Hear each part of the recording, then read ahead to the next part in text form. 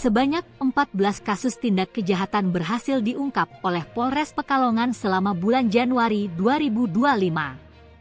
Hal tersebut disampaikan langsung oleh Kapolres Pekalongan AKBP Doni Prakoso Widamanto saat konferensi pers di lobi Mapolres Pekalongan. Kapolres Pekalongan AKBP Doni Widamanto mengatakan total ada 14 kasus berhasil diungkap dengan 21 tersangka. Kasus itu terbagi dalam 2 kasus curas dengan 3 tersangka, 1 kasus curat dengan 1 tersangka, 2 kasus pengeroyokan dengan 7 tersangka, 3 kasus tipu gelap dengan 3 tersangka, 1 kasus pemalsuan merek dengan 1 tersangka, 1 kasus pencabulan dengan 1 tersangka, dan 3 kasus narkoba dengan 4 tersangka. Disampaikan Kapolres, ada kasus yang menjadi atensinya yakni kasus curas atau begal yang sempat menjadi viral di media sosial.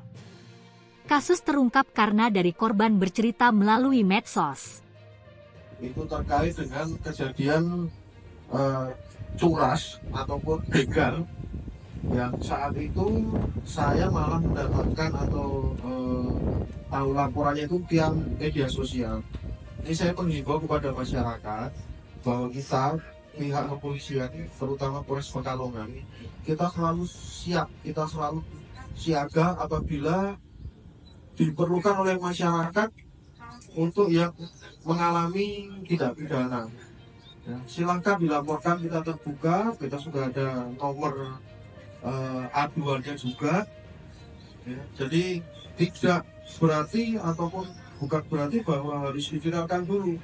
Contohnya kasus begal ini tidak ada laporan saat itu di kantor kepolisian manapun. Segera saya cek, ternyata yang bersangkutan malah bercerita ataupun menyampaikannya di media sosial.